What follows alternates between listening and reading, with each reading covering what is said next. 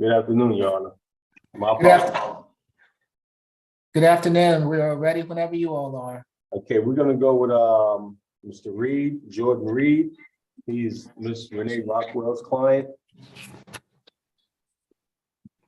Is Ms. Rockwell on with us? She should be on. I've seen a Oh, lot. yes, good afternoon, Ms. Rockwell. Judge, good Hope morning. you're well. It's position 12. Thank you. Good afternoon, Mr. Reed. I'm Judge Eric Morrow. This is the State Court Expedited Accusation Calendar that we're conducting by video. Do you agree to have your case heard by video? Yes, pleasure to meet you. Okay. Good afternoon, sir.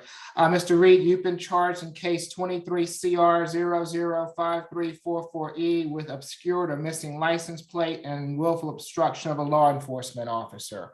Is there a history? Good afternoon, Ms. Roberts. Good afternoon.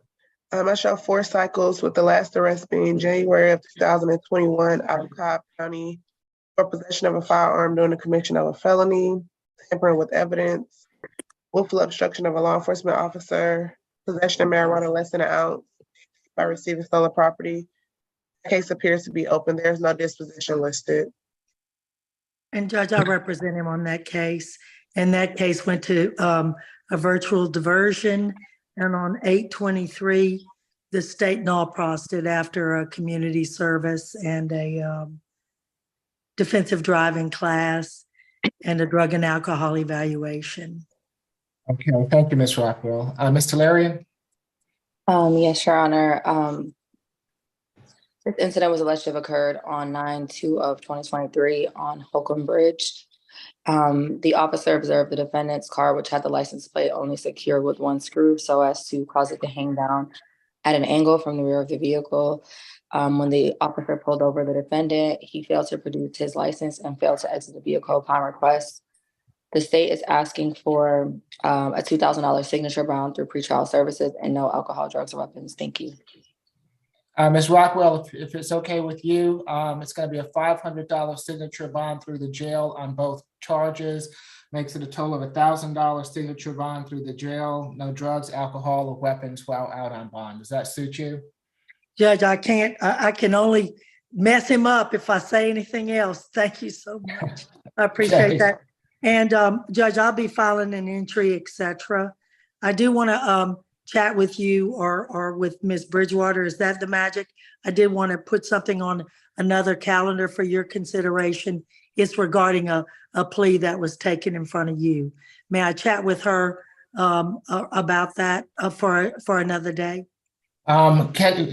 She's taking down everything that we're doing right now, Ms. Rockwell. Could you call her after court is over in about an hour and a half or so? Oh, that's no problem. I just wanted to know who the magic was to get something in front of you. Mr. Jordan probably is the magic. Oh, okay, good. Good. Y'all have a good holiday, Judge. Thank you so much. Okay, and Mr. Reed, good luck to you, sir. Thank you, sir. Next, Your Honor, we're gonna go straight to position number 1, Mr. Tylon Bailey. Okay. Good afternoon, Judge. I represent Mr. Bailey. Afternoon, Ms. James. Good to see you as always. Same here. And Thank Your you. Honor, the victim is actually here in the courtroom. Okay, thank you. Good afternoon, Mr. Bailey. I'm Judge Eric Morrow. This is the State Court Expedited Accusation Calendar that we are conducting by video. Do you agree to have your case heard by video? Good afternoon, yes, sir. Thank you. Mr. Bailey, you've been charged in case 23 CR 005332Y with battery. Is there a history, Ms. Roberts? 3 cycles. Last arrest April of this year for battery family violence out of Carrollton. He completed pretrial diversion for that case. A disorderly conduct conviction in 2018. Nothing further. Thank you. Ms. Tolarian? Yes, Your Honor. This incident was alleged to have occurred on August the 2nd of 2023 at 1022 Huntcliffe, HUNTCLIFF Village Court in Atlanta, Georgia. Officers were called by an anonymous caller. She advised that she observed the male later to be known as the defendant, Mr. Bailey, striking the female later known as the victim in this case, Imani, EMANI Williams, with a closed fist in the face and banging Mrs. Williams's head against the passenger side window of the vehicle. The caller also said that she observed the defendant pull the female from the car and drag her away from his car. She then saw the defendant leave. The officers met with the victim, who also called law enforcement regarding this incident. She advised that the defendant became upset because she wouldn't give him money and began to yell at her to get out of his vehicle. As she was attempting to exit the car, he began to bash her head against the vehicle's window. She said that he then pulled her from the car and made her fall to the ground, and then he dragged her away from the car by her legs. The officers observed noticeable cuts and swelling on her forehead, upper chest, and legs. She also had a cut to her right index finger. Based on the allegations here, as well as the fact that he was just given diversion for battery family violence this year, we're asking for a $5,000 surety bond, no further contact with the victim, 1-day anger awareness, no alcohol, drugs, or weapons, stay away from the aforementioned address. And I believe that we were just advised that the victim is in the courthouse. We would like the victim to be heard if she would like to do so. Thank you, Your Honor. Sergeant, would you find out if Ms. Williams would like to address the court? Yeah, I'm gonna bring her in right now, Your Honor. Okay, thank you.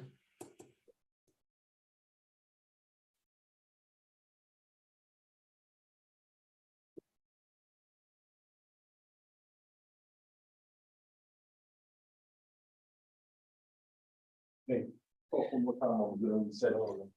Good afternoon, Ms. Williams. Can you scooch over just a bit? Don't sit down. Okay. And raise your right hand for me. Do you swear affirm the testimony you're about to give before this court be the truth, the whole truth, and nothing but the truth? Yes, sir. Okay, you can put your hand down. Thank you, Ms. Williams. What would you like to tell the court? I'm sorry. I just wanted to say that the report that I gave to the police and the report that was just mentioned is inaccurate. As far as what I told the police on my behalf. And I also would like to say that I do not want to proceed with pressing charges. Okay, how do you know Mr. Bailey?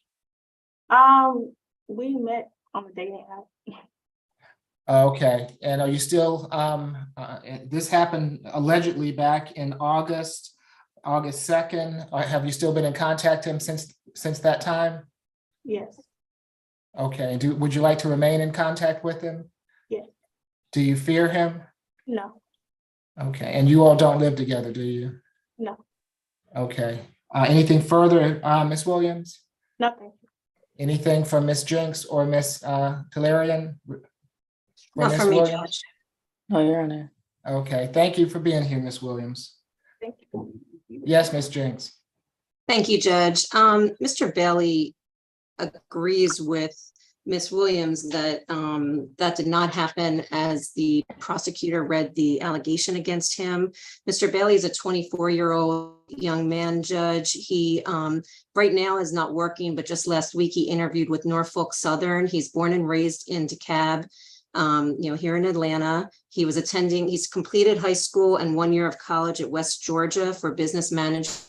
He hopes to return in January. He had to take a little bit of a break, Judge, because he has a 1-year-old son that he cares for.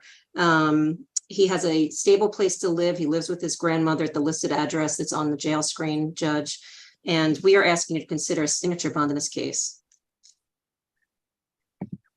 $3,000 signature bond through pretrial per the judge, 1-day anger awareness, no further violent contact with Ms. Williams, and no drugs, alcohol, weapons while out on bond. Good luck to you, Mr. Bailey. Thanks a lot, Judge. You're welcome, sir. Thank you, Judge. Welcome. Next, we're gonna go to position number 8, Ms. Polly-Ann Pamplin.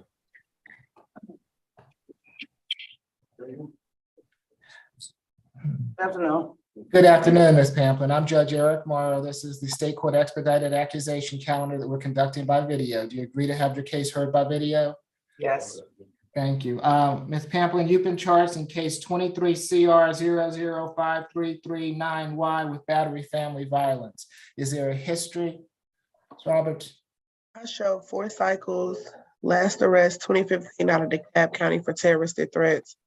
That case was not presented to the grand jury. I do not see any convictions. Good afternoon, Ms. Nimini. Good afternoon, Your Honor. This incident happened September 2nd at 55 Milton Avenue, Southeast Atlanta, apartment 1324. The defendant is accused of intentionally causing physical harm to her daughter, Miss Sakia Pamplin, when she hit her during a dispute involving a visible scratch mark on her right arm. Both parties live at that address. However, I do have arrests from 2006 for battery, 2014 for reckless conduct, 2015 for battery, family violence, and disorderly conduct, and in addition to the terroristic threats and acts. So based on that, the state is asking for a 5,000 shorty bond, no further violent contact with Miss Sakia Pamplin, no alcohol, drugs, or weapons. And I would like to sound for Miss Sakia Pamplin if she's on the Zoom today. If Ms. Sakia Pamplin is on and wishes to address the court, now is your opportunity to do so. You, of course, don't have to address the court, but if you wish to, now is your opportunity. Doesn't appear so, Ms. Nimini. And it was my understanding, Ms. Nimini, that you asked for no further violent contacts. Is that correct? Yes, Your Honor. Okay. Good afternoon, Mr. White.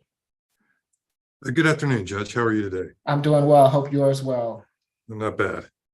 Good. Is Ms. Pamplin your client? She is, Okay. Ms. Pamplin disagrees vehemently with the state's allegations. She says that there was a verbal argument with her daughter, and that was all that it was. She's been in the state of Georgia, Atlanta area for 21 years now. She has obviously her daughter, plus 2 sisters and a brother in the area. She has significant ties to the community. As well, she has a very limited income. I heard the last arrest being 8 years ago that was dismissed. I know the state has some differing views from pretrial, but it seems like a limited history with no convictions. We're asking that she be allowed to sign her own bond.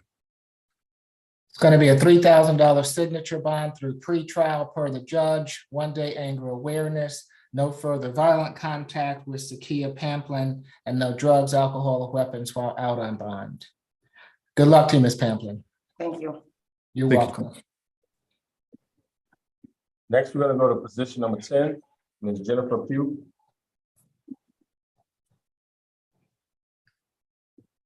Good afternoon, Ms. Pugh. I'm Judge Eric Morrow. This is the state court expedited accusation calendar that we're conducting by video. Do you agree to have your case heard by video?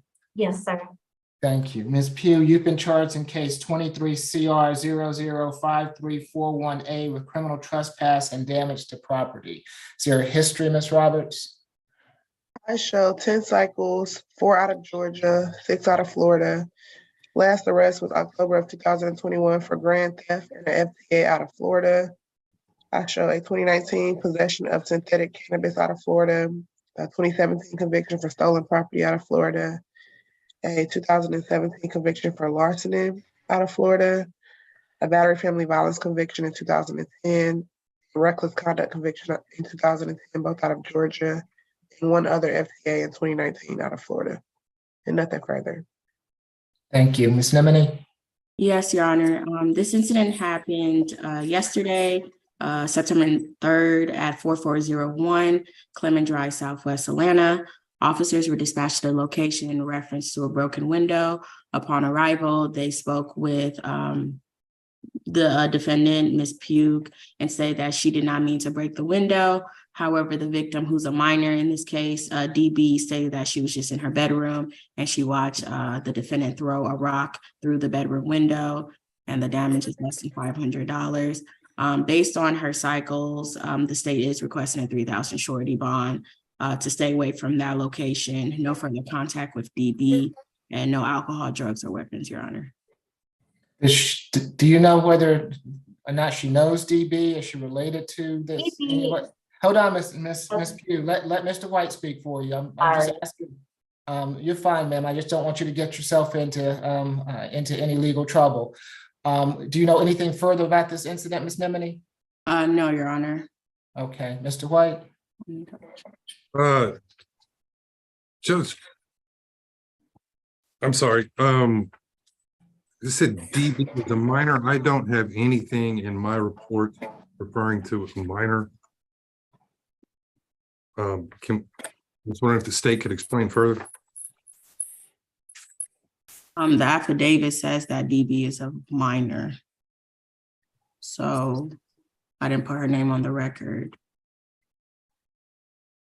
But I don't have the parents' actual information. I just have that the minor was in her bedroom when the rock was being thrown, she watched the defendant throw the rock into her bedroom. I don't have any of that information. That's not in the warrant, Judge. Tell me what you have, Mr. White. I need to consult with my client before I go further. I need to ask her a couple of questions. just Okay, to Make sure that, that's fine. Can we get Mr. Can you call? Hey, Tom, call her extension 22392. She's waiting by the phone. 22392. got it. And in the meantime, Judge, we can go to another position if you like. Okay, yes, please. We're gonna go to position number 4, Mr. Jeffrey Hicks. Hello. Good afternoon, Mr. Hicks. I'm Judge Eric Morrow. This is the State Court Expedited Accusation Calendar that we're conducting by video. Do you agree to have your case heard by video? Yes, sir, and good evening. Thank you. Good afternoon, Mr. Hicks. You've been charged in case 23 CR 005335G with battery. Is there a history, Ms. Roberts? Yes, 33 cycles. Last arrest, May of 2022 for possession of marijuana less than an ounce. By shoplifting conviction, 2017. DUI, possession of marijuana less than an ounce conviction, 2016. Simple battery convictions, 2013. FTA in 2013. A probation violation in 2012. And then armed robbery, kidnapping in 93, and all of his history goes beyond that. Would you like that? No, you're fine. Thank you, Ms. Roberts. Ms. Tellerian? Yes, Your Honor. This incident was alleged to have occurred on 2/16 of 23 at 3146 Reeves REEVS Circle, Northwest in Atlanta. Officers met with Tiffany Brewer, TAFFANIE BREWER. She advised that she broke up with the defendant last month and that he showed up to her apartment and walked right in. The door was open because her son accidentally left it open. He began blaming her for their breakup. He then pushed past Mrs. Brewer to the bedroom where her current boyfriend, the victim, Devin Clark, DEVINCLARK, was laying in a state of undress. He immediately began attacking the victim by striking him with a closed fist several times, leaving him with visible lacerations under his eye. Our office did try to make contact with this victim. We were unable to receive a call back. Based on his cycles, including the kidnapping charge that was already advised of, the kidnapping and robbery charge that was advised of, which it does appear that he received 8 years in prison for and 12 years of probation. And then he also has an aggravated assault and false imprisonment that he received 7 years in confinement on. Outside of his other offenses, we'd asked for a $4,000 surety, no further contact, 1-day anger awareness, no alcohol, drugs, or weapons, stay away from the incident location. And we'd ask the sound for the victim, and we'd just like to put an objection to any signature bond on the record. Thank you, Your Honor. I guess the victim is Devin Clark. If Mr. Clark is on the line and wishes to address the court, now is your opportunity to do so. Okay, good afternoon, Ms. McLeod. Good afternoon, Your Honor. My client is 60 years old. He is native to Georgia and the Metro Atlanta area. Your Honor, this incident allegedly happened, I believe, in February of this year. My client has a totally different version of what happened. He tells me he was in a 7-year relationship with his girlfriend. It's his ex-girlfriend. They are no longer in a relationship. He said after they had spent the night and he had left work, he got something and went back to retrieve what he had gotten, and he saw her engage in sexual intercourse with someone else. He and was an argument, and the other person attacked, told him he was old, and really came after him physically, and he left, and that was the end of his relationship with his girlfriend for 7 years. He was actually surprised when he found out that there was a warrant for his arrest. He believes, Your Honor, that this warrant was taken out, wanted to make sure that he had no other interaction with his ex-girlfriend, which of course he doesn't have. And I would like to point out to the court, Your Honor, that the reason why I'm here is the alleged. Ms. McLeod, I'm only catching about half of what you're saying for some reason. Every other word you are dropping on, so I can piece it together, but I just want you to know that. Oh, I don't know, Your Honor, why my Okay. internet is stable. Okay, I just want to let you know that although I am understanding you, I'm only catching about half of what you're actually saying. You can continue though. Yes, I was, that the reason I am here as a conflict attorney is because the Public Defender's Department represents the alleged victim in multiple felonies. That's what it says on the conflict.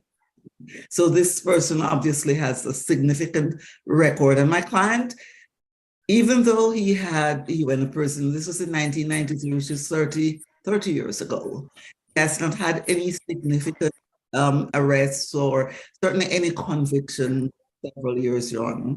He doesn't really have a bond, so I would ask for signature bond for him. Okay, it's going to be a $5,000 signature bond through pretrial per the judge, 1-day anger awareness, no further contact with either Tiffany Brewer or Devin Cook. Stay away from the Reeves Circle address, and no drugs, alcohol, or weapons while out on bond. Good luck to you, Mr. Hicks. You're welcome, sir. Yeah, good. Okay. Thank you. Your Honor, can we go back to position number 10, Ms. Pugh? Okay.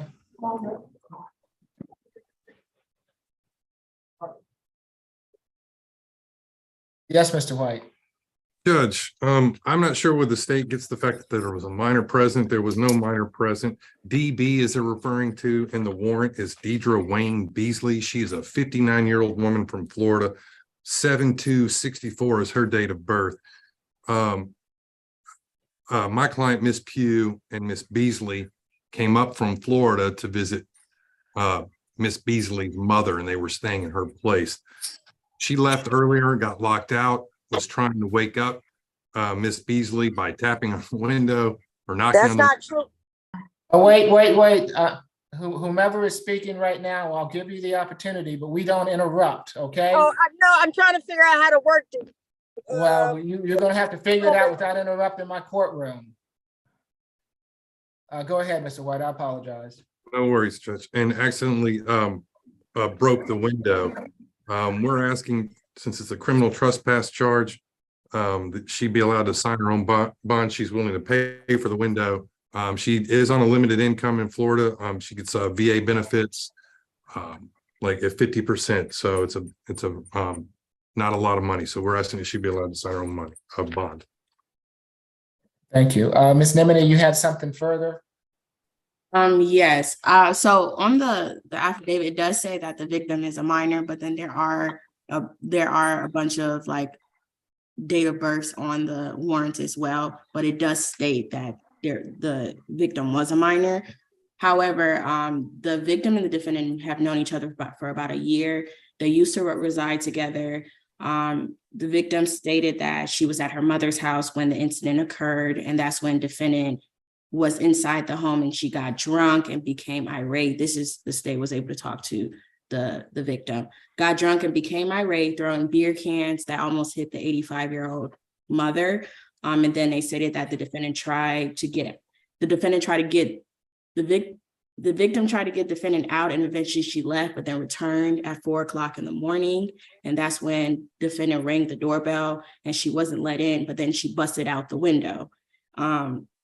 They don't know what she used to break the window, but they observed her breaking the window. And the victim stated that she wanted restitution, no further contact, stay away from the location as well. So I just wanted to put that on the record.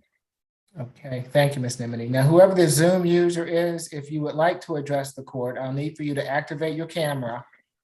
Okay, I'm trying to figure this out. Okay. Okay.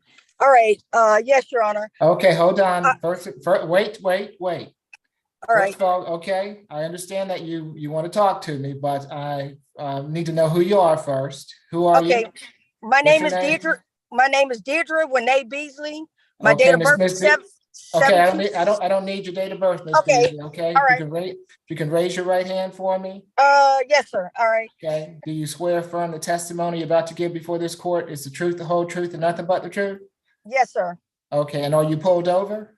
Yes, sir. Okay, you can put your hand down. Thank you, Miss Beasley. Okay. Okay, now what would you like to tell the court? Yes. So I went to Florida to do a barbecue for my mother. We left there and went to the casino. Miss Pugh started drinking at the casino, and it continued all the way to my mother's house. Miss Pugh was given the option to lay down and go to sleep. My mother even said that she would put her on a Greyhound to go home, or she could go down to my brother's house, which my brother lives about 10 houses down from my mother. She didn't want to do any of those things, so she chose to leave. And I have video and I have pictures. Miss Pugh left with the dog. We brought a dog with us. She left with the dog and the suitcase. I have text messages from her mother as well as her daughter, stating that she was at the church. The church is on Baker's Ferry Road. Okay, tell me about the damage to the Approximately property. 45 minutes after then, the doorbell rang, and neither myself or my mother got up to answer it. And then you hear all this screaming and yelling in the background.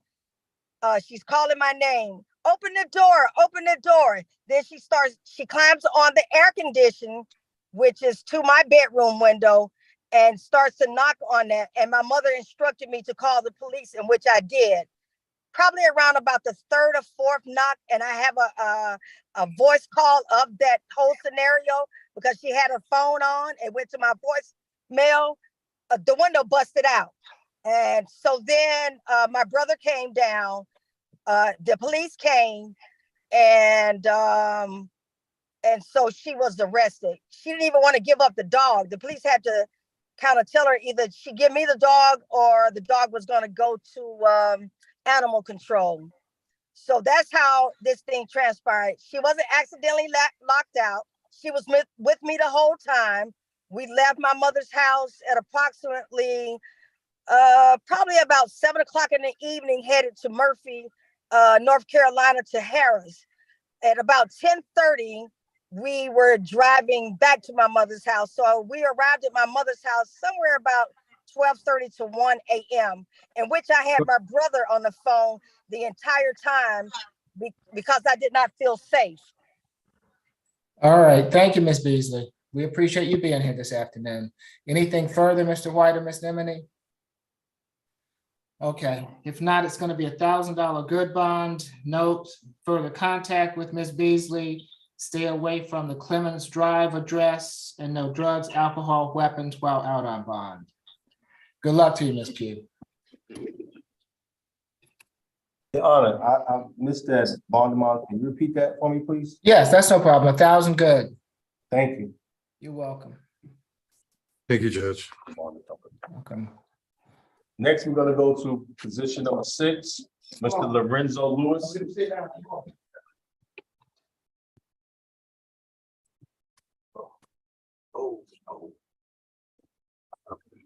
Good afternoon, Mr. Lewis. I'm Judge Eric Morrow. This is the State Court Expedited Accusation Calendar that we are conducting by video. Do you agree to have your case heard by video?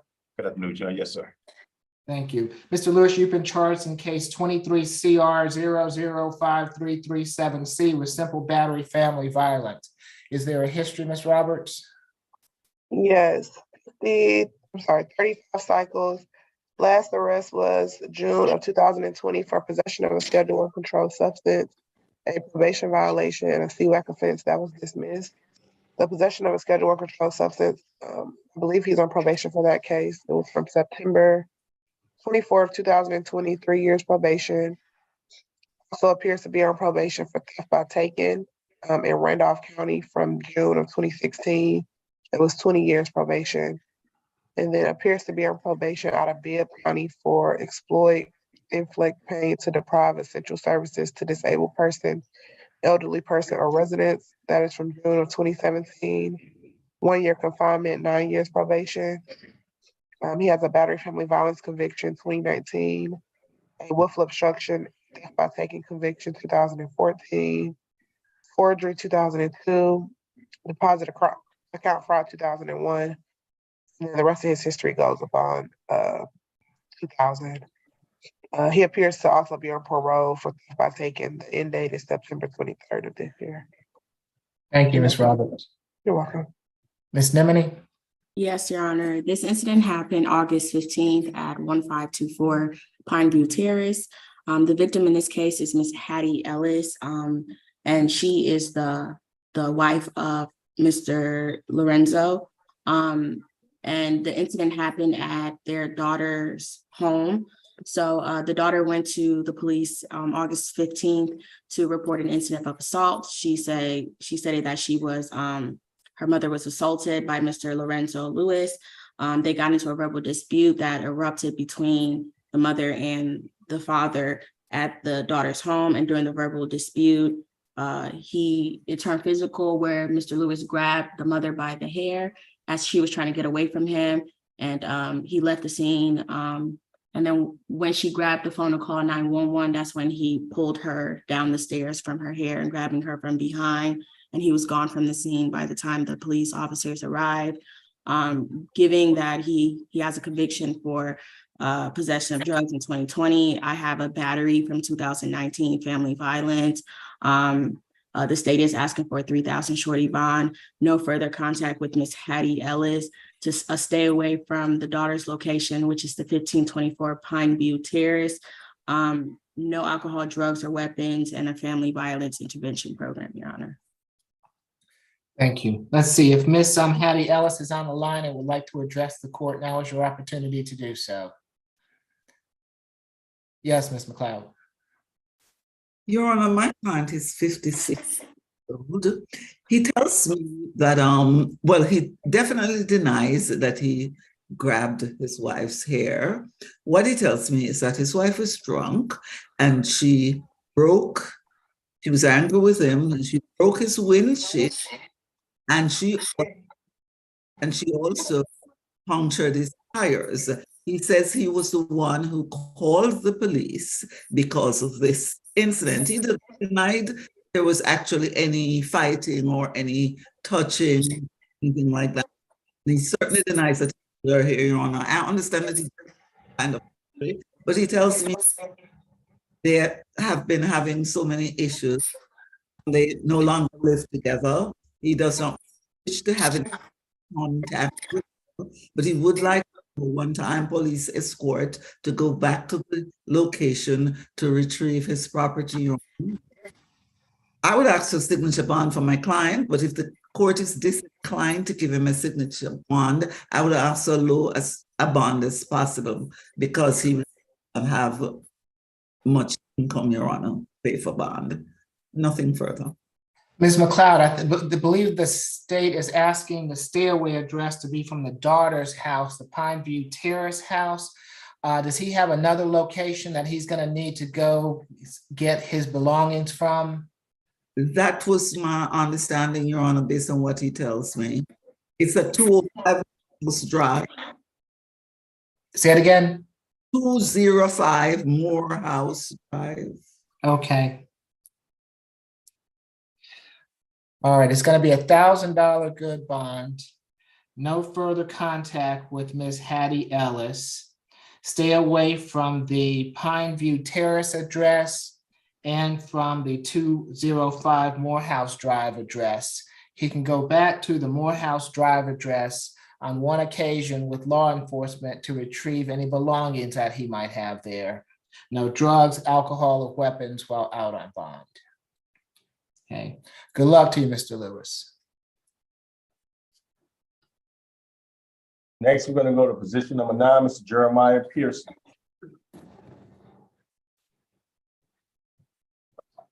Good afternoon, Mr. Pearson. I'm Judge Eric Morrow. This is the State Court Expedited Accusation Calendar that we're conducting by video. Do you agree to have your case heard by video? Yes, and good afternoon to you as well. Thank you. Mr. Pearson, you've been charged in case 23 CR 005340A with battery, family violence, and disorderly conduct. Is there a history, Ms. Roberts? Yes. Give me 1 second. I showed 13 cycles. Last arrest, January of 2016 out of Cobb County for theft by receiving stolen property and possession of meth. I showed a 2010 conviction for possession of marijuana, less than an ounce. Had some cycles out of Florida. The last cycle was in 2006, I believe. I did not see any convictions out of Florida. I'm double checking to make sure. Actually, he had a 2000 conviction for cannabis sale out of Florida. That was a felony conviction. And then that possession of meth and possession of marijuana less than an ounce and possession or transport of a firearm by convicted felon or felony first offender conviction in 2016 out of Cobb County. And nothing further to add. Okay, thank you. Ms. Nemedy? Yes, Your Honor. So the state is going to send this case to the DA, but we weren't able to do it in time. It's rather long. The victim was also arrested. So September 1st at 1475 Sand Bay Drive, off around 8 p.m., officers responded to the location in reference to a domestic dispute. Upon their arrival, they met with the victim, Ms. LaRonda Wittes, which is the victim, and the other offender in the front of the gate of the complex, and she advised officers that she was attacked by Mr. Pearson, the defendant, while she was attempting to pack her belongings and leave. She stated to police that police had arrived earlier at the complex that day based on verbal altercations that had taken place earlier. Because I guess Mr. Pearson had changed the locks and they were trying to figure that out. The argument turned into a physical fight once the officers left the residence, and that's when the victim alleged she was packing her belongings in her trunk when Mr. Pearson attacked her with a large rock and hit her in the head with the rock. And then she stated that she fell to the ground, and he continued to attack her by dragging her along the ground and placing his foot on top of her neck until she was no longer able to breathe. And she was screaming for help the entire time. And that's when he took her cell phone from her while she was trying to speak with 911 dispatchers. And then a couple residents came over and tried to help her and allow her to escape from the attack. The officers observed multiple bruises, abrasions to her head, face, shoulder, knees, and chest, which seemed to be consistent with her claims.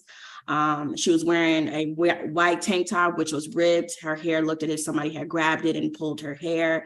The officers were able to speak to Mr. Pearson, who was also packing his belongings, and he stated that he was attacked by the victim because she also attacked him with the rock and rammed her vehicle into his vehicle, and he was trying to deflect the attack, and that's how this issue ensued. And then that he called the cops, and his shirt was ripped. A lot happened. Victims were there. I mean, not victims, but other witnesses were there to corroborate both parties' statements. Yeah, so considering that, the state is asking for a $12,000 surety bond, $10,000 for the first counts, $2,000 for the second account, to stay away from the 1475 Sand Bay Drive. No further contact with Ms. LaRonda Wittes, 1 day of anger awareness, no alcohol, drugs, guns, or weapons. And I also see a 2014 battery. It was no pros, but 2014 battery with the same victim in this case. And then there is another, let me pull it up. Yeah, there's 2 2014 simple battery cases that are on record, but they were no pros. Just considering the amount of times that police officers have gone to the victim and the defendant's home concerning family violence, the state is asking for $12,000 surety. Thank you. Ms. McLeod? Yes, Your Honor. My client is 40 years old.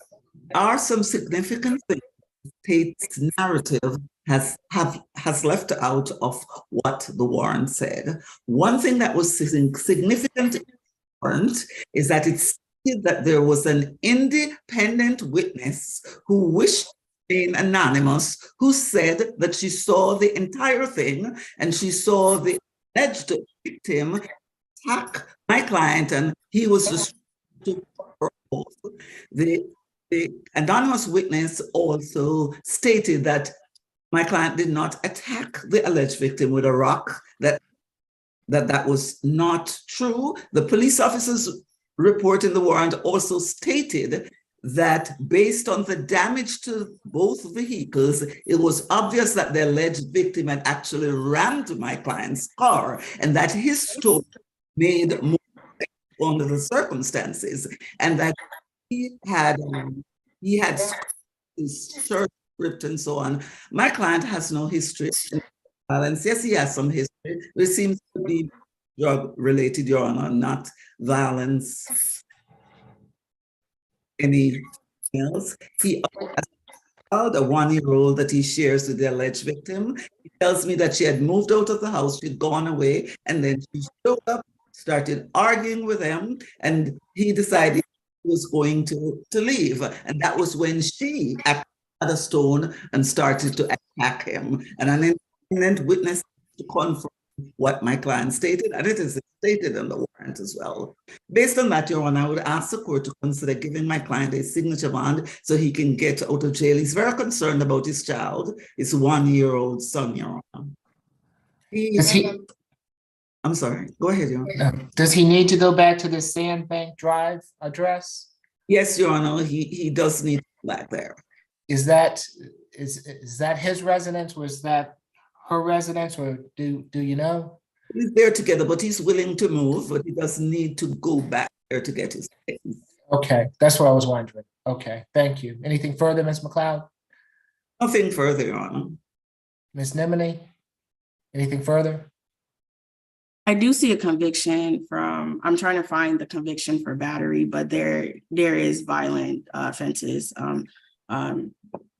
compared to what Ms. McLeod said. There is battery on his cycles. I just want to put that on. Okay. For the battery family violence, it's going to be a $1,500 good bond. For the disorderly, a $500 good bond, makes for a total of a $2,000 good bond. No further contact with Ms. Whittis. Stay away from the Sandbank Drive address. He can go back to that address on one occasion with law enforcement to retrieve any belongings that he might have there. No drugs, alcohol, or weapons while out on bond. Good luck to you, Mr. Pearson. Your Honor, there's a child as well, the 1-year-old, and that's a third, because it's his only child. And that's with Ms. Whittis? Yes, Your Honor. Okay, so third party transfer of the minor child for visitation. Okay, good luck to you, Mr. Pearson. All right, thank you. And that concludes my business before the court today. May I be excused? Yes, enjoy the rest of your afternoon, Ms. McLeod. Thank you for being here. Next, Your Honor, position number 11. Mr. Rabani. Good afternoon, Mr. Rabanik. I'm Judge Eric Morrow. This is the State Court Expedited Accusation Calendar that we're conducting by video. Do you agree to have your case heard by video? Yes, sir. Thank you. You have been charged in case 23 CR 005342B with theft by deception. Is there a history, Ms. Roberts? I show one cycle from June of this year for willful obstruction. That is an open case, 23 CR 003912B, and nothing further. Ms. Nimini? Yes, Your Honor. This incident happened August 12th of 2023 at 100 Centennial Park in Atlanta. A Black male with Black clothing and Black hoodie asks the victim, Ms. Jatonia Lomax, to use her cell phone to make a call, and instead he cashed out himself, or cashed out to a Joseph White $217 via Cash App and handed her back the phone. And when she received the phone, she noticed a transaction. CCTV was able to corroborate the time and the altercation between the parties. That the defendant did get the phone back, and then he ran up the escalator as quick as possible. Considering that he has an open case currently, the state is asking for a $3,000 signature bond through the pretrial services. Stay away from that location. No further contact with Ms. Jatonia Lomax, and no alcohol, drugs, or weapons. And I'd like to sound for Ms. Jatonia Lomax if she's on the Zoom today. If Ms. Lomax is with us this afternoon and wishes to address the court, now is your opportunity to do so. Doesn't appear so. Mr. White, if it's fine with you, it's going to be a $3,000 signature bond through the jail. No further contact with Ms. Lomax. Stay away from the 100 Centennial Parkway address, and no drugs, alcohol, or weapons while out on bond. Does that suit you? That's suitable, Judge. Thank you. Okay, good luck to you, Mr. Rabbinic. Thank you, sir. You're welcome. Next, we're gonna go to position number 13, Mr. Shelby.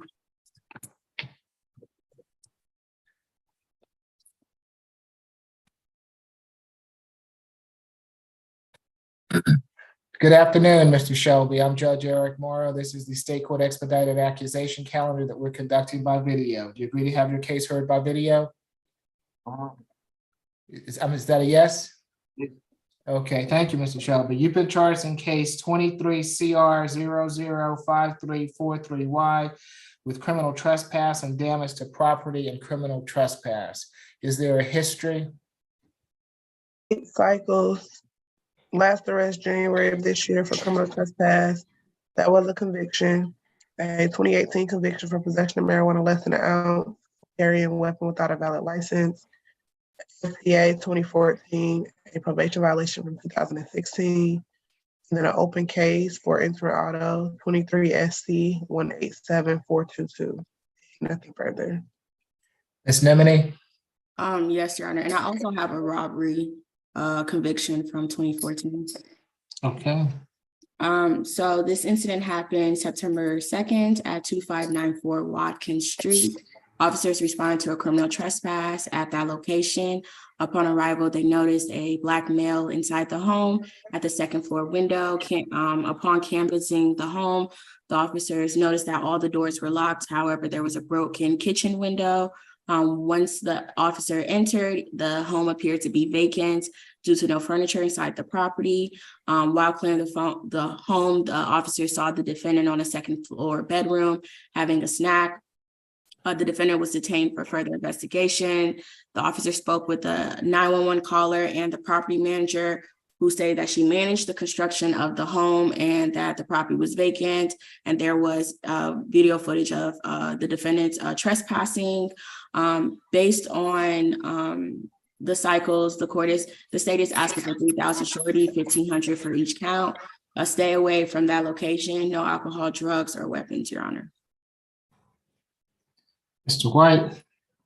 Judge, we're asking Mr. Shelby be allowed to sign his own bond. There's no evidence that Mr. Shelby is the one that actually broke the window. They do say there's video of him on the property, but if they don't have any video of him breaking the window, it's not damage to property. He has no income. He would not be able to bond himself out of jail. Since this is a criminal trespass, at worst, we're asking him to be allowed to sign his own bond. Is he residentially challenged, Mr. White? I believe so, Judge. Okay. I would like for him to see a social worker. If you all could have a social worker give him some help with housing for the court, please. It's going to be for the criminal damage, trespass and damage to property, a $1,500 signature bond through the jail.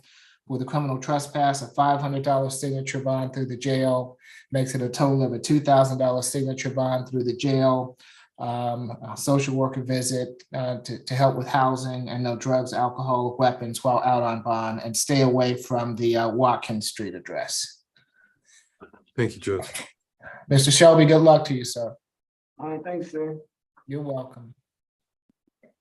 Next, Your Honor, we have position number 2, Mr. Jeffrey Baker.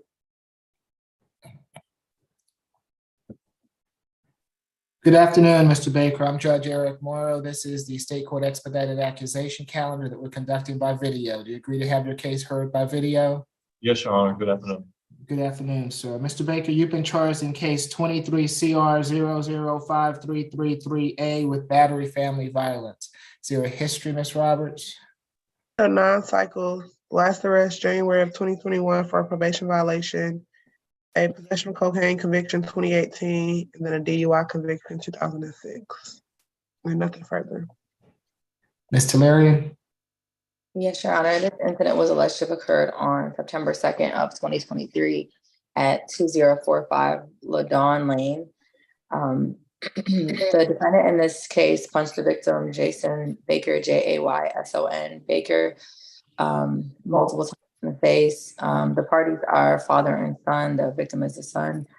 The mother then advised that the defendant went after the victim, and the defendant kept telling, the victim kept telling the defendant to leave him alone. The victim ultimately used some scissors to stab the victim lightly to try to get away from him. The victim had some minor scratches. The defendant had minor scratches from that. The victim had injuries to the right side of his cheek and swelling and scratches to the right cheek. Our office did make contact with the wife, Mrs. Vivian Baker. She said that her and the defendant have been married for 31 years and they all reside together at the aforementioned address. She stated that the defendant and her son do have a domestic violence history and the police have been called in the past. She stated that her son has been verbally abusive and spazzes out going into threat mode. She stated that the defendant did not hit her son repeatedly. He hit him once in the face due to the victim grabbing the scissors. My office then spoke with the victim, who stated his cell phone is not on. The victim confirmed the events in the warrant and stated he is afraid of his father. The victim stated that they do have a DV history and the defendant has been violent with him in the past. The victim stated he did cut his father with the scissors, but it was by accident and in self-defense. The victim stated that he wants no contact and to stay away from the residence, and that he will be on the Zoom. We're asking for a $3,000 surety, no further contact with the victim, 1 day anger awareness, no alcohol, drugs, or weapons, and a stay away. I also believe that the mother may be on the Zoom, so we're asking for the court to sound for the victim, and if you're so inclined, the mother, Mrs. Vivian Baker. Thank you. Okay, if Mr. Jason Baker or Mrs. Baker would like to address the court, now is your opportunity to do so. I see. Is this Mrs. Baker speaking? Okay, you're gonna have to unmute yourself, ma'am.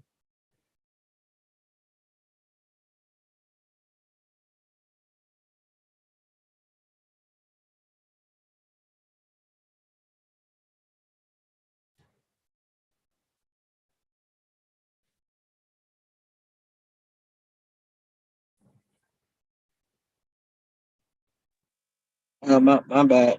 Can you guys hear me now? Okay, and this is Jason Baker, is that right? Yes, sir. Can you activate your camera, Mr. Baker? No, sir. I don't have a camera on this app. Okay, I'm gonna have to see you on camera, so I know who you are, Mr. Baker. If you have a device that where you can be on camera, I'm happy to hear from you. All right, I can. Let me try it real quick on this phone. Okay, and Mrs. Baker, there should be something at the bottom of your screen that says unmute. So I'm happy to hear from you also if you can unmute yourself. Okay, I just did it. Okay, there you go. Good afternoon, ma'am. Can you raise your right hand for me? Yes, sir. Do you swear affirm the testimony you're about to give before this court will be the truth, the whole truth, and nothing but the truth? Yes, sir. Okay, what would you like to tell the court? Well, on the day of the incident, what I tried to express to the police officer, my husband didn't multiply hit my son. He hit him because he was trying to grab knives out of the drawer, which is his MO. Whenever he gets into an altercation with us, he'll grab a knife or something to threaten us with. In this particular case, Hold I on, didn't grab the knife. Jason, This hold on, Jason, listen, Yes, sir. Sorry. I'm happy to hear from you, but you're not gonna interrupt your mother, or you're not gonna interrupt anybody else, okay? I will hear from Absolutely. you, I'll hear from you in turn, sir, okay, go ahead, Mrs. Baker.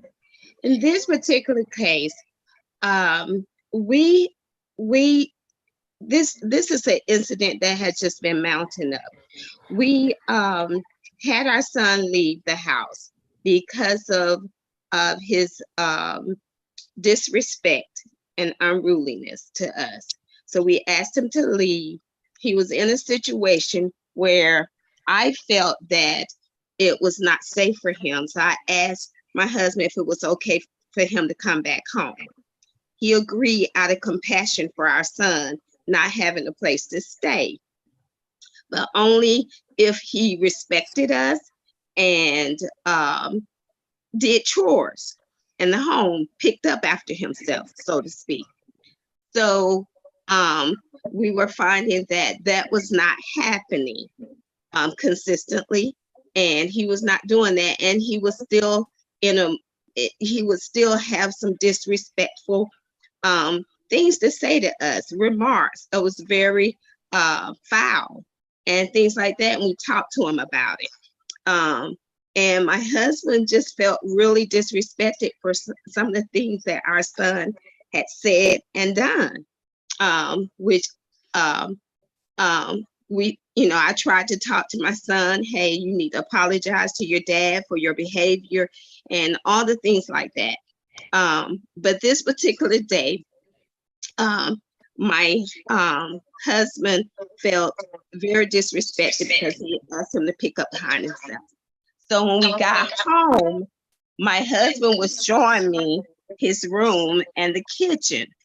Now, granted, my son didn't say anything back, but he turned around as if he was going to say something and as if he was going to go into the drawer and grab something. And when he got ready to go into the drawer, the kitchen drawer where the utensils are, and which we put I suggested that my husband put the knives away because our son has a tendency to grab a knife. So when he feels like he wants to threaten us. And so we didn't have any knives in the drawer. The only thing my son got ready to grab was scissors. So I tried to stop him. My husband tried to stop him. And that's when my husband hit him in the face one time, not multiple times. So, and I just thought that when my husband was fuming at the time. So I thought, well, he's on edge because it's a buildup of things. And he didn't, he wasn't trying to hurt my son. He just wanted to confront him, but he confronted him aggressively, so to speak. So that's how it all happened. And my son, feeling like my husband is coming after him, he grabbed the scissors. I guess, and that's when he started swinging at my husband and outside, and my husband got cut on the hand and he fell. And it's unfortunate. My husband, Judge, has been a very good father to our son, sacrificed everything for our son as best he could. So he's not been a violent man to our son. He's not been, unless he's had to confront him, on occasion about some things, because our son can be very thuggish to us, and very disrespectful. And so my husband has had to confront him on those occasions. But my husband is not a violent man. He's not a man that tries to fight our son or anything. In fact, he has been most accommodating where I've had to, because he didn't want to address him in a violent way. So for the most part, he's just got to a point where it's just a build up over time.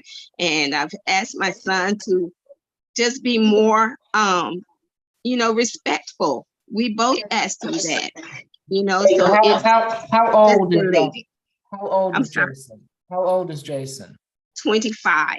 He's 25. Is he still living at the Dawn Lane address? Yes, we asked him, both of us, we allowed him to move back in because of his situation where he was not a good environment. So we thought he'd be safe coming back home. And under the conditions that he be respectful and he do chores around the house, because we knew he wasn't working, at the time. And so, we allowed him to come back home. Okay. So Thank you. this is my. I think I I'm understand. sorry. No, you're fine. I think I understand. We thank you for you being here this afternoon. Now, Thank you. Jason, if you want to address the court, you have to again activate your camera. Okay, my camera is not working. I saw you just a moment ago. Oh, it popped up. Hold on.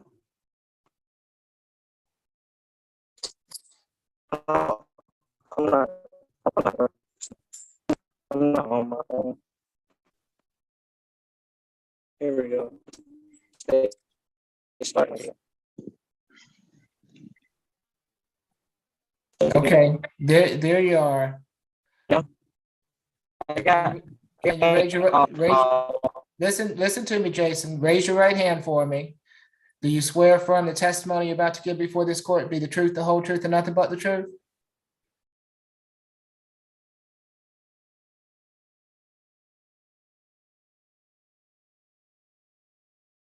Jason, it looks like he's frozen. Ms. Jenks, Yes, Judge. I'm going to give Mr. Baker a signature bond if you want to address what I need. What I was wanting to get out of Jason is he appears to still be in that home.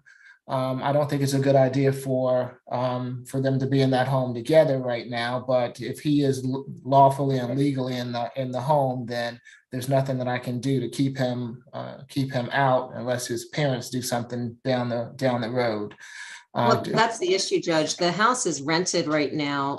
Mr. Baker, Jeffrey Baker, my client, has stated to me, and actually Jeffrey Baker is the leaseholder with his wife, Vivian, as the second, person on the lease. Their 25-year-old son, who, again, I mean, you heard a lot from his mom, but there's even more that Mr. Baker has said to me in terms of this history of this alleged victim, their son, being not just disrespectful, I mean, violent towards both of them, threatening them, terrorizing them was the language that the father used, and doing drugs both over the counter, drugs that are not prescribed to him, and then other drugs. So they did open up their hearts to allow him to come back for the 2 weeks, is what my client tells me. However, this transpired. So I'm not sure what to do in terms of the living situation, because again, my client is the leaseholder on this lease for the rented house that they've been in for some time. And, he stated to me that he may have a friend that he could live with, but outside of that, he's got no family. He's got a brother that's out of state. And when I mentioned that to you, but I know that he needs to be in Atlanta. He works here in Atlanta, Judge. He's a graduate from Southern University out of Baton Rouge in Louisiana. He's got 4 years of college in marketing and management. He is a subcontractor with multiple contracts related to the hospitality management industry, Judge. So I see what you're saying in terms of the living situation. So what I'm going, I have no jurisdiction over Mr. Jason Baker, and if he was properly living at that address, they're going to have to evict him. I'm going to allow Jeffrey Baker to go back to his home only if Jason Baker is not there. Okay. That makes sense. Thank you, Judge. Yep. So, and I'll just say this to both the Bakers: you all have to, if you don't feel safe in your house, and that's because of your son, then you all have to, you have a decision to make. You know, I would not be not safe in my own house because of someone else.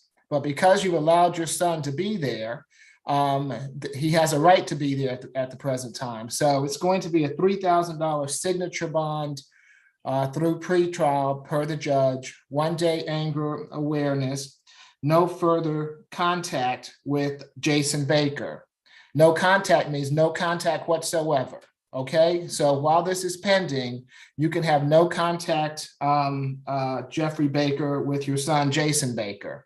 If Jason Baker is at the home, then necessarily Jeffrey Baker cannot be there. But I will allow a one-time escort with law enforcement for either to retrieve belongings or to see that Jeffrey or that Jason Baker is no longer at the Ladon Lane address. And if he's not there, then Jeffrey Baker can stay there. No drugs, alcohol, or weapons while out on bond. Was all that clear, Ms. James? Yes, thank you so much, Judge. All right, so Mr. and Ms. Baker, good luck to both of you. Thanks, Sean. Thank you, sir. You're welcome. Who do we have next? Next, we have position number 3, Mr. Dent, Carlton Dent. Good afternoon, Mr. Dent. I'm Judge Eric Morrow. This is the state court expedited accusation calendar that we're conducting by video. Do you agree to have your case heard by video? Yes, sir. Thank you. Mr. Dent, you've been charged in case 23 CR 0053334J with battery. Is there a history? 5 cycles, all out of Tennessee, with the last being in December of 2021 for a probation violation, a 2020 probation violation, and then 2 simple possession convictions in 2019 and 2020. Nothing further. Okay. Ms. Tellerian? Yes, Your Honor, this incident was alleged to have occurred on September 1st of this year at 195 14th Street, Northeast in Atlanta. The officers arrived and observed the defendant acting belligerent. The officers spoke to the concierge at the aforementioned location, who was also the victim, Isaac Sanders, ISAAC SANDERS. The victim advised that the defendant was outside of the entrance, being loud and on his phone. There were several complaints from residents about his phone conversations being too loud. The victim advised that he didn't engage the defendant until he began to bang on the front doors and windows. The victim stated that he then went outside and asked the defendant to leave several times, as the defendant is not a resident. The defendant then put his phone down on the ground and walked up to the victim and struck him in the face with a closed fist. He had swelling to the left eye and redness as well to the left eye from being struck with the closed fist. Our office did attempt to make contact with this victim via call, text, email, and also running a TLO.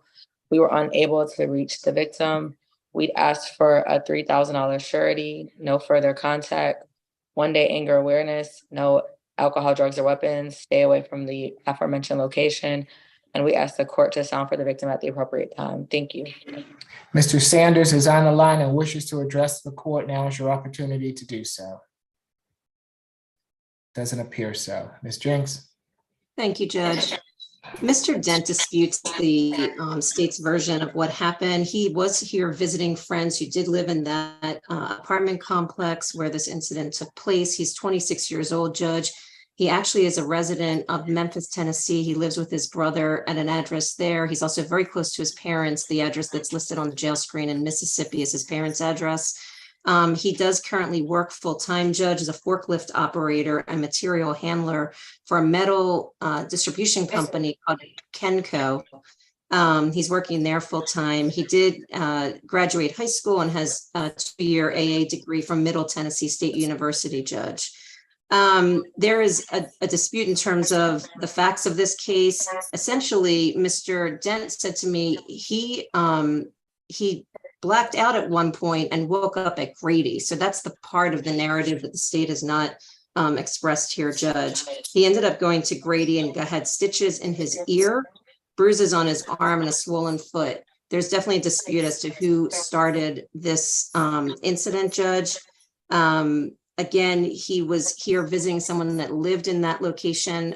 We have no problem with him having a stay away order from that location, but there was a friend living there. We're asking Your Honor to allow him to have a signature bond. He's got no violent history from what I've heard from pretrial judge.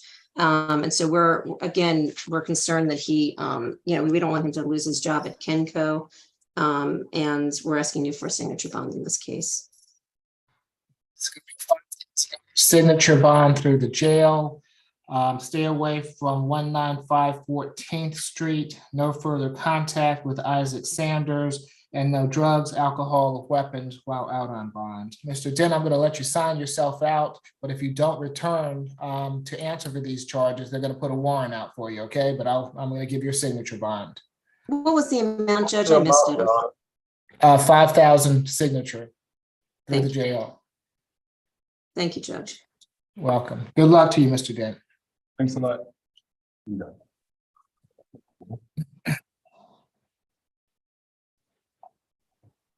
Next, Your Honor, we're gonna go to position number 5, Mr. Paris Johnson.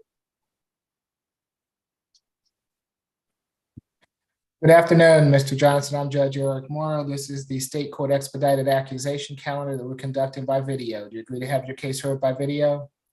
Yes, good afternoon. Good afternoon. Mr. Johnson, you've been charged in case 23 CR 005336E with simple battery family violence. Is there a history, Ms. Roberts? Yeah. He has 5 cycles. His last arrest was August 21st of this year for stalking and harassing phone calls.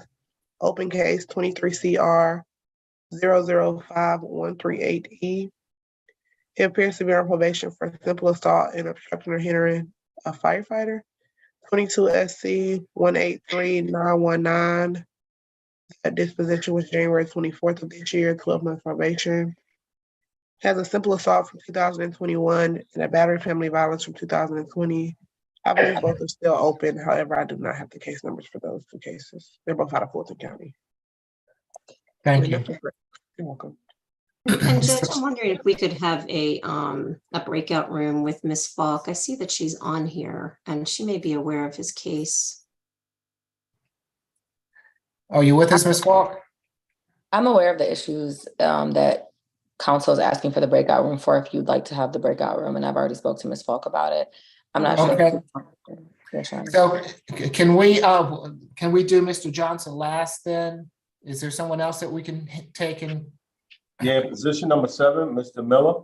Okay. Good afternoon, Mr. Miller. I'm Judge Eric Morrow. This is the state court expedited accusation calendar that we're conducting by video. Do you agree to have your case heard by video? Okay. Thank you. Mr. Miller, you've been charged in case 23 CR 005338F with criminal trespass. Is there a history, Ms. Roberts? Yes, 21 cycles. Last arrest was August of 2023 for criminal trespass. 23 CR August 26th of this year for criminal trespass. 23 CR 005213F. Appears to be on probation. 16 SC 148178 for 4 counts of theft by taking. That is from September of 2017. 10 years probation. On the 2017 theft by shoplifting conviction, 2018 disorderly conduct conviction, and 2019 criminal trespass, and then 1 FTA 2018, 2 probation violations 2018 and 2019, and nothing further. Ms. Nemini? Yes, Your Honor. This incident happened August 2nd. No, not August 2nd, September 2nd. I apologize. Officers responded to a call about gunshots being fired in front of the house. So the homeowner, Mr. Troy Samuels, who is also the victim in this case, shot 2 gunshots in front of his house because there was an unknown male in his home that didn't belong. Upon arriving to the scene, the rear door to the house was open and the victim, Mr. Troy, was inside. He was told to come out where he had a Glock 23 in his possession. The officers advised officers that there was an individual in his home that should not be there, and that's why he fired the shots in the air, because he was upset that somebody was inside his home. Upon entering the home, they saw a Black man wearing all gray with black slippers sitting in a seated position in the room. He appeared to look homeless. When asked what his information was, he did let them know that his name was Jalen Miller, and they asked him if he lived there. He said no. And they asked him why he was staying there. He said he didn't have anywhere else to go. And then they asked him how he entered because they didn't see any forced entry or anything damage to the home. That he told officers that he opened the window and climbed through the room that he was in and pointed to them. And then the defendant was put in handcuffs. The state is asking for a $3,000 surety bond to stay away from that location. No further contact with Mr. Troy Samuels. No alcohol, drugs, guns, or weapons. And he does have a recent conviction out of your court, 23 CROO 173A, that you ruled for a criminal trespass, Your Honor. Okay. Ms. Jenks? Yes, Judge. I'm not sure if Mr. Miller would be eligible to be evaluated by PAD. My understanding is that they are coming in and evaluating people that are residentially challenged. I did hear you in Mr. White's case previously ask that our social worker speak with him, but I think that the PAD path is actually a little different. Do you have a better understanding of that? Do this on occasion in this court and also at SAP, but I'm happy to let you all look into that. That might be something that Mr. Howard could help with, but I do know that we've had representatives that have been on with us from PAD. So all I can say about PAD is that they'll generally look at if an individual is in residential challenge, but it does depend on their convictions. And then it's up to the state in reference to that. But considering that he does have a lot of convictions, felony and misdemeanors, that would be a problem. But I did talk to Ms. Falk about it, and we're going to see if he would be able to go under PAD. But they won't be here until Tuesday, to my understanding. I'm sorry. Judge, we're asking you to consider a signature bond through the jail in the amount of $1,000. He did state to me that he can stay with his mom. The address, when I asked him about his address that is on the jail screen on the Richmond Circle Southeast location, he said that is his mom's address and he could stay there.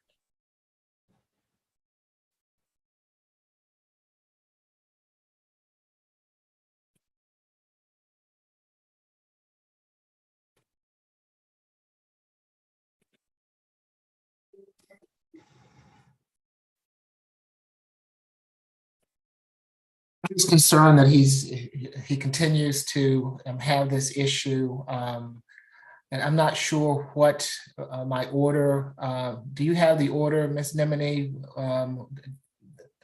from the earlier criminal trespass? I take it that he pled guilty. Yes, Your Honor, let me pull it up. I have the.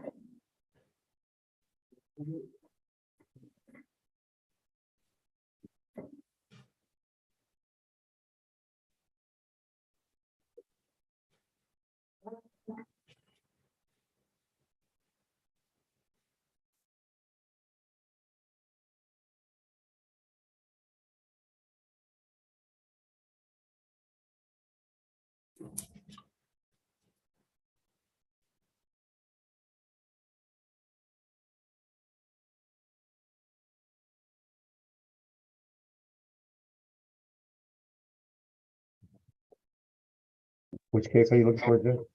23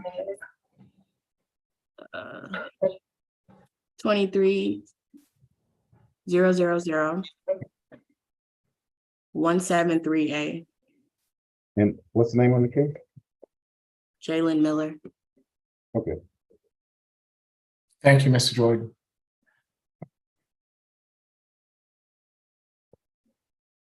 I just need to know that if he received time served or if he has had probation in that.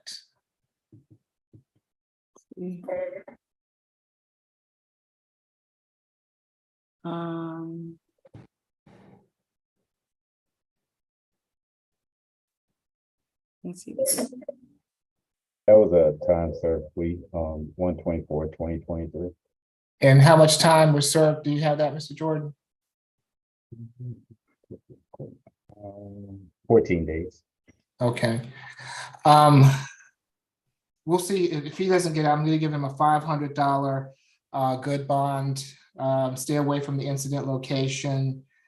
No further contact with Troy Samuels, and no drugs, alcohol, or weapons. If he's still in at the SAP calendar, I certainly would consider a modification of the bond if we can get him some type of service.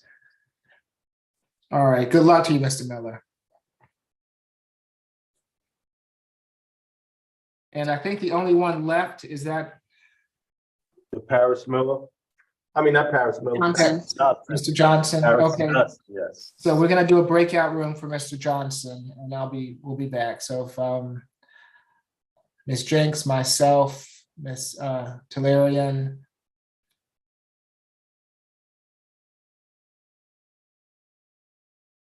Ms. Bridgewater.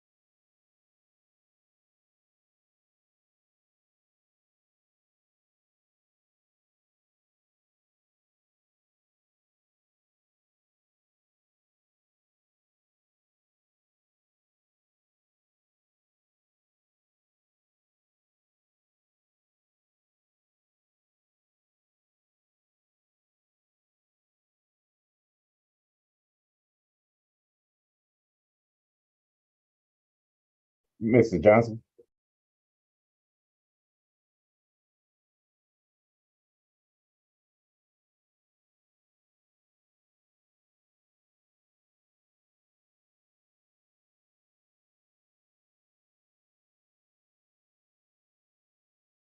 Mr. Johnson, are you on the phone?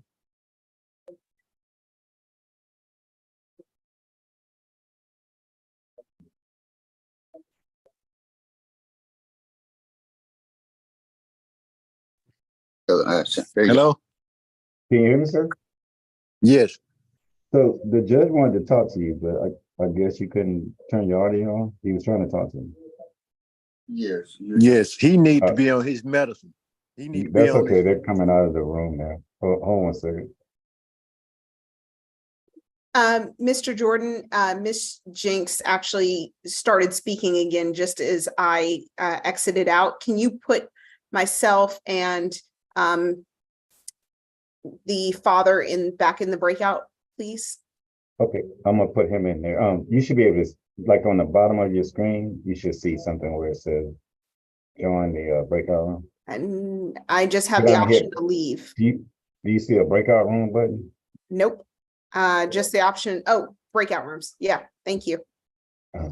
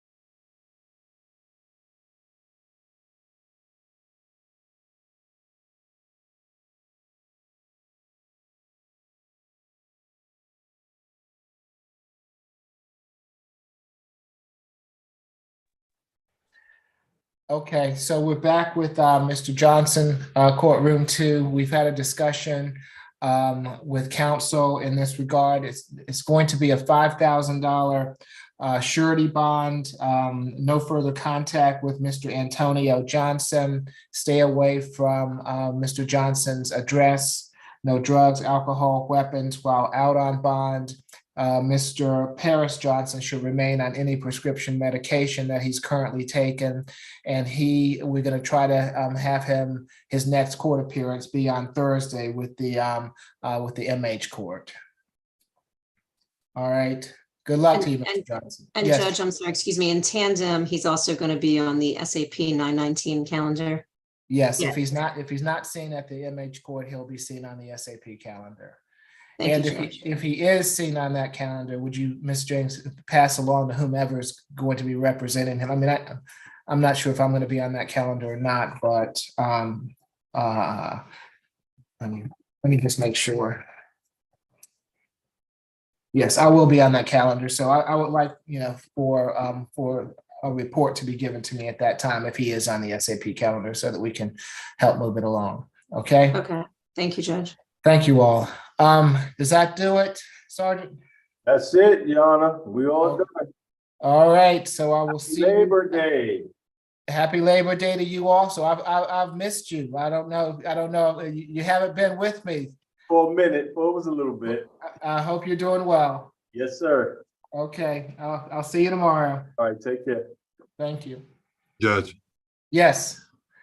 Okay, so you're gonna stick, Mr. White, you're gonna stick around while we go over the calendar, or Certainly.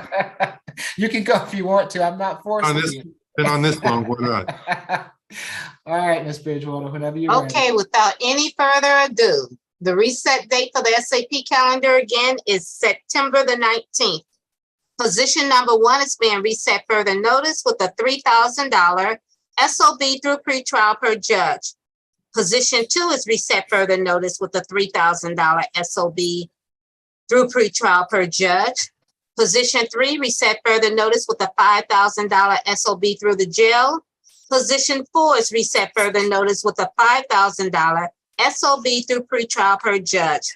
Position 5 is being reset to the mental health court calendar on Thursday and / SAP calendar on the 19th with a $5,000 good bond.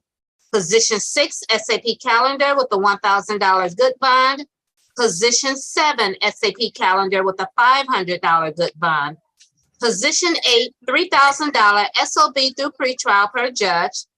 Position 9, SAP calendar with a total $2,000 good bond. Position 10, SAP calendar, $1,000 good bond. 11, reset further notice with a $3,000 SOB through the jail. 12, reset further notice with a total $1,000 SOB through the jail. And position 13 is being reset further notice with a total $2,000 SOB through the jail. Any questions, comments, or otherwise? Not from here. All Okay. right. Thank you. Happy Labor Day, everyone. Y'all be safe. Have a great rest of your day. Yes. Good to see Take you. care. Good to see Be safe. everyone. Same here. Okay. Thanks, Judge. Bye-bye. Thank you.